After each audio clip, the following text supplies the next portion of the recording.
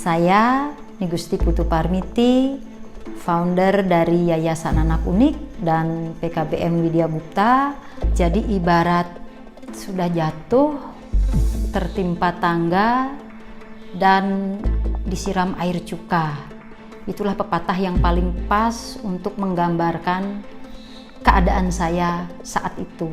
Jadi setiap mata itu memandang sinis ke arah saya. Karena saya cerai lah, karena saya bangkrut lah, karena nggak bisa makan lah gitu. Kami sudah menjual semua aset perusahaan yang bisa dijual untuk menutupi biaya hidup. Namun semuanya itu nggak mampu gitu. Jadi para buyer mereka sudah meninggalkan Bali begitu saja. Jadi kami tidak menemukan lagi buyer-buyer baru untuk menjalankan bisnis. Jadi saya benar-benar stres, benar-benar depresi. Saya bertekad untuk mendidik dan membesarkannya dan akan selalu ada untuknya. Bayi mungil inilah satu-satunya alasan saya bertahan hidup di dunia ini. Karena dia sudah nggak punya bapak. Kalau ibunya juga nggak ada, ya gimana dia bisa bertahan di dunia ini? Jadi saya berjanji, suatu saat nanti kami akan pasti sukses bersama-sama. Terjun di dunia pendidikan bukanlah impian saya. Cita-cita saya dari kecil ingin menjadi seorang businesswoman. Keren gitulah bayangan saya. Kita bisa bantu orang, kita bisa kasih pekerjaan orang, hidup yang produktif gitu. Namun jalan hidup berkata lain. Bom Bali 1 yang jatuh pada tahun 2002 itu memporak-porandakan semua sendi-sendi perekonomian rakyat Bali. Jadi hampir semua jenis usaha saat itu bangkrut, termasuk juga usaha ekspor furniture keluarga kami. Saya bangkrut total saat itu.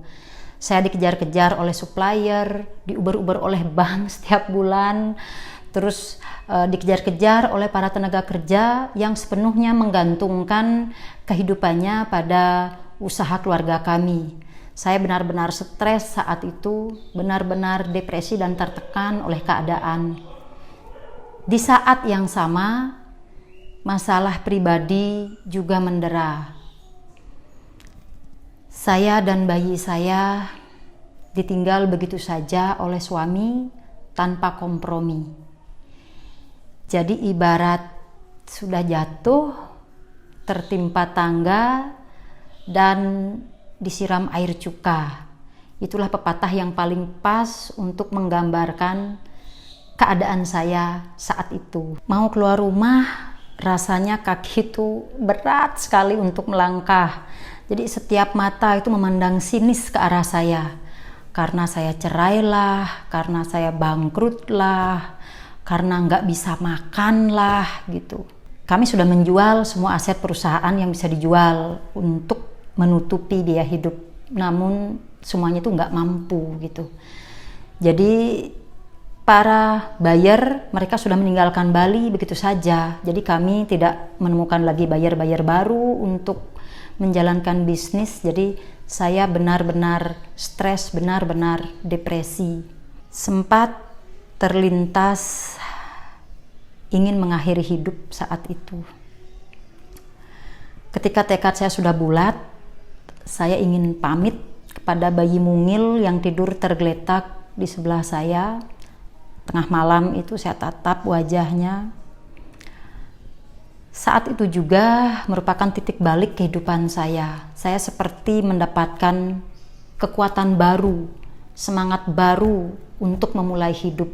Saya bertekad untuk mendidik dan membesarkannya dan akan selalu ada untuknya. Bayi mungil inilah satu-satunya alasan saya bertahan hidup di dunia ini. Karena dia sudah nggak punya bapak. Kalau ibunya juga nggak ada, ya gimana dia bisa bertahan di dunia ini? Jadi saya berjanji, suatu saat nanti kami akan pasti sukses bersama-sama. Tidak ada pilihan lain saat itu selain mencari pekerjaan. Lalu saya banting setir.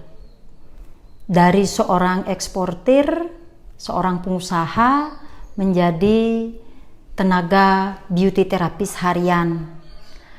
Hari ini saya kerja, dapat ongkos, syukur-syukur dapat tips. Itu artinya besok keluarga kami bisa makan. Dan begitu seterusnya, berulang-ulang sampai beberapa bulan, sampai akhirnya kesempatan baik itu tiba. Saya memberanikan diri dengan sepenuh hati, tekad yang bulat, mendaftar menjadi seorang TKI ke luar negeri. Di sana banyak pengalaman, pembelajaran hidup yang bisa saya dapat selain uang ya untuk menopang ekonomi keluarga.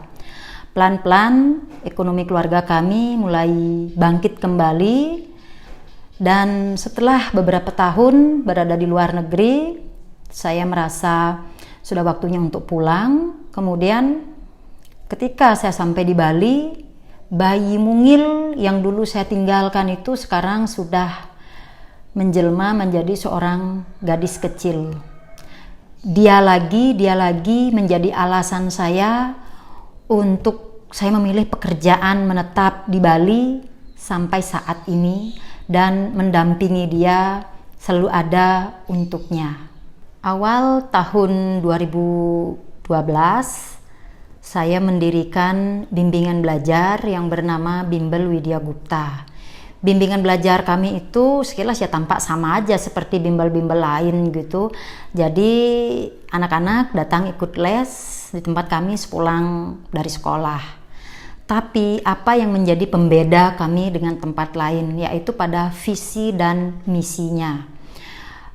Menurut saya pendidikan itu bukanlah bertujuan untuk mencari nilai yang tinggi, mencari ranking, lomba, juara, nyenengin hati guru dan orang tua.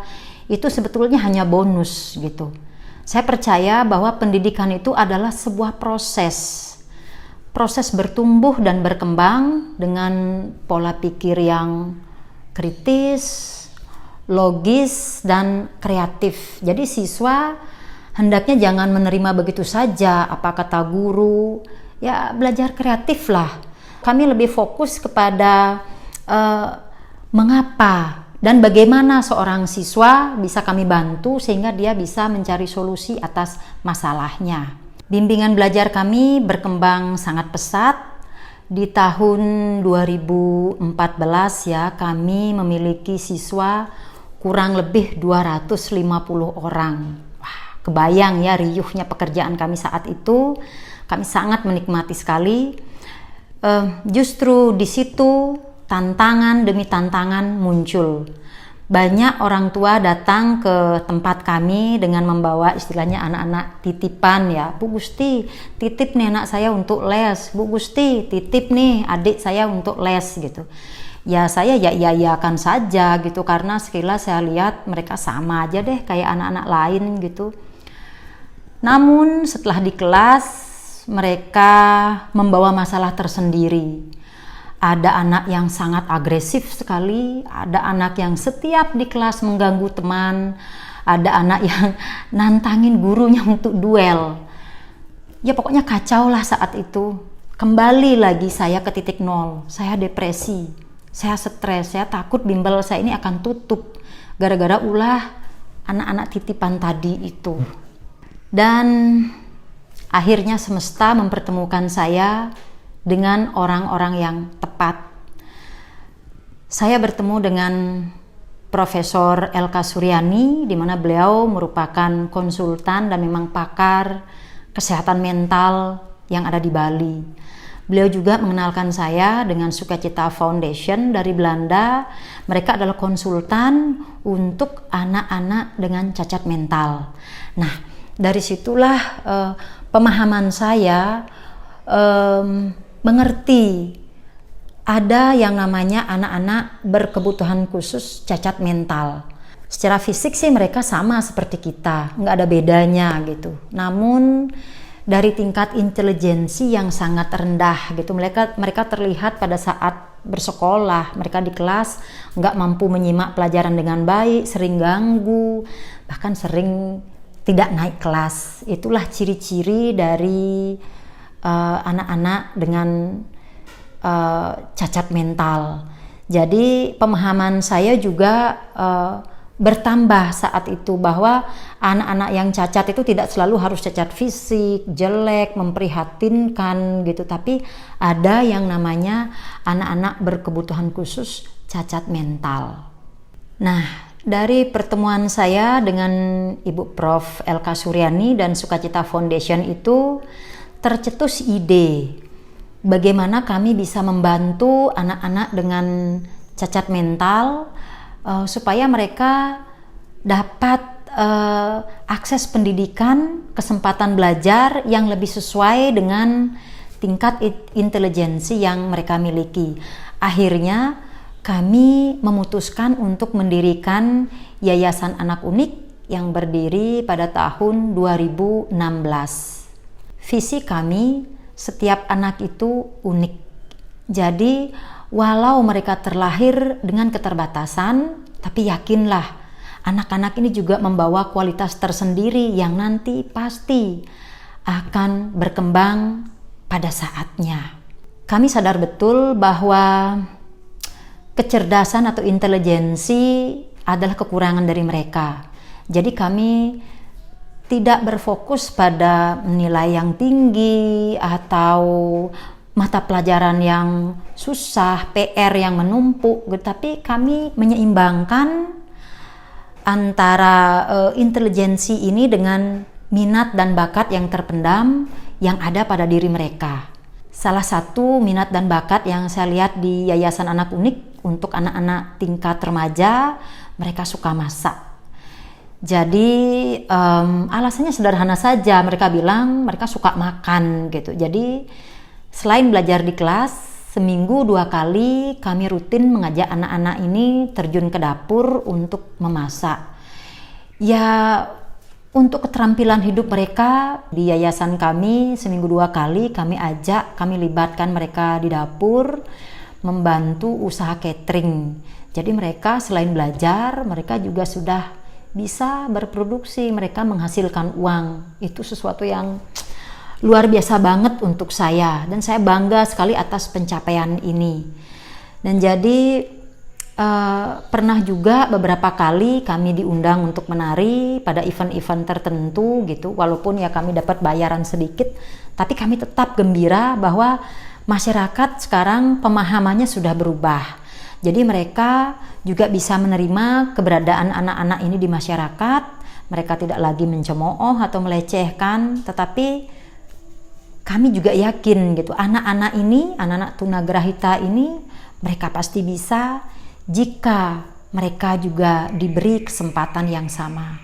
Senyum mereka adalah kebahagiaan saya, kebahagiaan para orang tua, kebahagiaan para guru di Yayasan Anak Unik kami yang sudah selalu setia, sabar luar biasa, membimbing anak-anak tunagrahita ini dari 0 sampai saat ini.